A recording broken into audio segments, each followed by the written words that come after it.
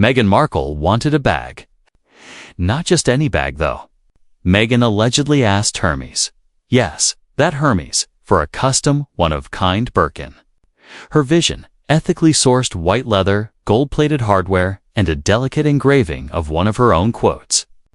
A personal mantra from a speech she once gave about empowerment. The bag was supposed to be more than fashion. It was meant to be a statement, a symbol that Meghan Markle was stepping back into elite society, but on her own terms. Sources say the request came through her team, polite but direct, addressed straight to Hermes headquarters in Paris. The timing was strategic. Just months before her planned appearance at a Montecito charity gala. In her mind, it was perfect. A duchess, a cause, and a one-of-a-kind Birkin that whispered luxury with purpose. What she didn't know was that this whisper would soon echo through every salon, boardroom, and boutique in Paris. Because when you make a special request to Hermes, the quietest, most exclusive brand on earth, you're not just asking for a bag. You're asking to step inside a world that doesn't open its doors for anyone. And this time, they didn't. A few days later, the reply came in. Smooth, elegant, and sharper than any headline could ever be. Madame Hermes does not accept external creative direction on heritage pieces. Our legacy is defined by the Maison, not by collaboration. Translation: we don't take design tips from you, darling. The response was pure Hermes, graceful, but final. But Meghan's team wasn't giving up that easily. Her senior stylist reportedly fired back within hours, suggesting that this design could redefine Hermes for a modern audience. Another message followed the next morning from her personal assistant, emphasizing her commitment to ethical, luxury, and purpose-driven fashion. And that's when things started to turn. Hermes didn't respond directly. Instead, according to word from Paris, the exchange was quietly forwarded to a select group of fashion editors. Not the tabloids, not social media, the insiders, the kind of people who run the whispers behind the runways. It was a power move, elegant and cruel at the same time. The House of Hermes wasn't just saying no. They were turning her request into a cautionary tale. They wanted people to know that Hermes does not bend, not even for a duchess. By the end of the week, Paris wasn't whispering anymore. It was snickering. Stylists in Milan were texting the same sentence like it was gossip, gospel. Hermes rejected her, but the Maison never said her name. That's the magic of their cruelty. It's always elegant.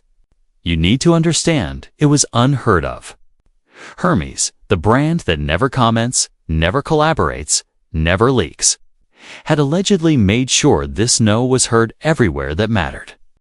And suddenly, Meghan Markle, a woman who built an empire on controlling her image, was being painted as the one who overreached. The woman who tried to redesign a religion. The story caught traction because of its tone. It wasn't nasty. It was refined humiliation. A six-figure humiliation wrapped in white leather and gold trim. What started as a private request had become the most whispered story in fashion. And Meghan Markle had no idea that the real storm hadn't even begun. Because when Hermes chooses to make an example out of someone, they don't shout. They whisper you out of the room. After the whispers about Hermes refusing her custom Birkin, Meghan tried to reclaim control. And where better than Paris Fashion Week? Balenciaga front row. Cameras everywhere. It was supposed to be her big "I'm back" moment, the kind that makes the world forget the scandal. But word from the Paris insiders, the room went cold. One stylist whispered. You could feel the air freeze when she walked in. No smiles, no hugs, just stares. People kept their distance, literally. Even the photographers seemed bored. Now, this part of the story, it's brutal. Backstage chatter started circulating like wildfire. Her makeup artists, stylists, crew members, all trading the same secret. Being near her wasn't easy, not because she was rude, but because she allegedly smelled. Word spread that the glam team was panicking, spraying perfumes and mists non-stop. One crew member reportedly said, "You can fix foundation. You can't fix that smell." Cruel? Absolutely. But in Paris, cruelty comes dressed in couture. By the time the show ended, the rumor had left the backstage and hit the lobby. People weren't whispering about Balenciaga's designs anymore. They were whispering about her. And if there's one thing Paris never forgives, it's bad hygiene. Scandal? Fine. Arrogance? Expected. But a duchess smelling like chaos. That's social suicide in silk. After the show, things only got worse. Designers began whispering that her look, the one she thought marked her return, was never really hers. Balenciaga hadn't rolled out a red carpet. They'd done her a last-minute favor. The dress was borrowed, the shoes, one pair of black heels, and the unspoken insult. She had to return everything. Tags still attached. In the fashion world, that's a quiet way of saying you don't belong here. Because in Paris, free clothes mean respect. Borrowed ones mean pity. The message was loud, even if it was never said out loud. You're not one of us anymore. And then came the move that sent chills through the entire city. After the show, Meghan reportedly took a drive through the Ponte de Lama tunnel. Yes, that tunnel, the one where Princess Diana's life ended. At first, her team called it coincidence, but insiders in Paris said she filmed herself driving through it. That she wanted to walk the same path to spark the same emotion to blur the line between herself and Diana. Those who know her history didn't buy the coincidence story. They say she studied Diana's life, watched her funeral on repeat, memorized every detail. So, how could she not know? She did, and that made it worse. Because Paris doesn't tolerate symbolism without sincerity. And this one, they said, crossed a line. Here's where the irony turned to ice. Meghan had always condemned the British media, saying they destroyed Diana's life. But when it came time to tell her story, who did she and Harry sit down with? CBS, the same American network that once paid for and aired the photos of Diana's car crash. Let that sink in. The same company that turned Diana's tragedy into ratings gold now hosted Meghan's confessional specials. The same tearful interviews that painted her as the victim. Insiders in Paris couldn't ignore the hypocrisy. While the world mourned Diana, CBS sold the images of her death. And years later, Meghan walked into their studio and called it redemption. Paris saw through it. To them, it wasn't homage. It was performance. From that point on, the illusion began to crack. Fashion insiders whispered that Meghan's entire brand, the speeches, the causes, the humanitarian CEO image was all surface. Her speeches were ghost-written, her ideas recycled. She mimicked Diana's compassion, the Queen's composure, Hollywood's glamour. Yet somewhere in the imitation, she lost herself. The same woman who said she never Googled Harry had allegedly planned her introduction down to the last detail. Paris had always adored icons, but it despises replicas.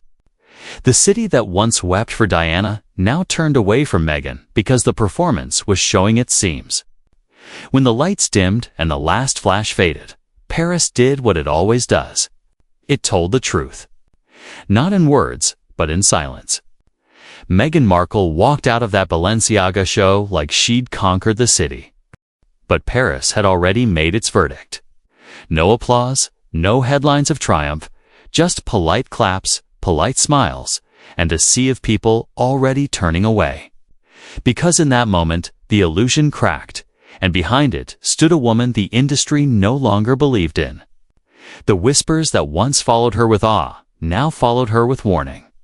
In boardrooms and ateliers, stylists repeated the same quiet phrase, "Careful, don't pull a Meghan." It became the new caution. The line between ambition and arrogance, between spotlight and overexposure. But here's the thing Paris will never admit out loud. They still watch her because scandals like Meghan's don't fade. They evolve. Every house that laughed behind closed doors still keeps one eye on her next move, wondering if she'll rise again. Because in fashion, nothing dies forever. Some say she's working on something new in Montecito, something that isn't about legacy or luxury, but control. A brand, a vision, a revenge dressed in silk. The same sources who whispered Hermes rejected her now whisper. She's planning her return. And maybe she is. Because if there's one thing Meghan Markle has taught the world, it's that she doesn't disappear. She rebuilds. So, as the City of Lights went back to sleep, Paris didn't forget her. It simply waited the way Paris always does. For the next headline, the next act, the next resurrection. Because love her or hate her, Meghan Markle isn't finished. She's just rewriting the script.